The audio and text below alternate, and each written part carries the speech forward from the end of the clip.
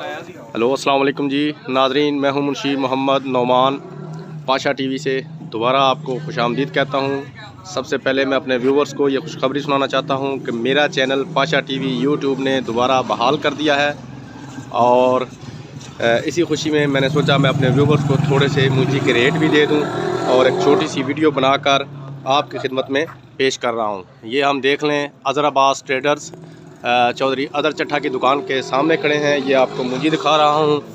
जी हाँ, super India मूंजी है, कायनात जिसे कहते हैं, 11-21 भी कहते हैं। ये आप देख रहे हैं, कमाल की मूंजी है।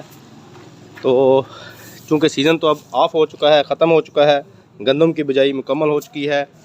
तकरीबन दूसरा पानी जो है वो अब लोग लगाने जा रहे हैं आने वाले चंद दिनों में।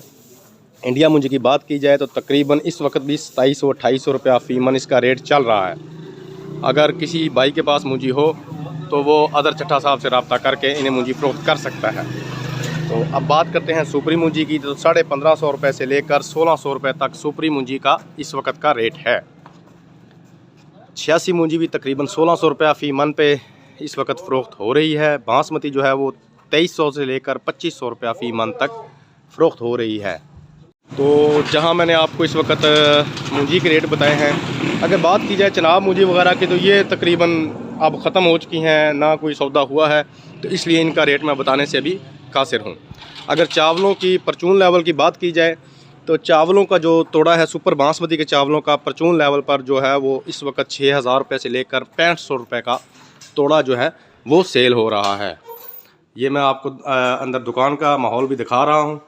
और यहाँ हमारी गल्ला मंडी में आड़तियों की जो दफ्तर हैं वो तकरीबन इसी तरह के होते हैं और ये आप देख रहे हैं। तो बात की जाए सुपर इंडिया के चावलों की तो जो उसका परचून का तोड़ा है वो तकरीबन 7000 से लेकर 7500 रुपया का फ़ी तोड़ा बिक रहा है। अगर गंदम के रेट की बात की जाए तो तकरीबन 2250 रुपया फ़ी मन जो है वो इस वक्त गंदम जो है वो सेल हो रही है मिल क्वालिटी माल थोक रेट पर।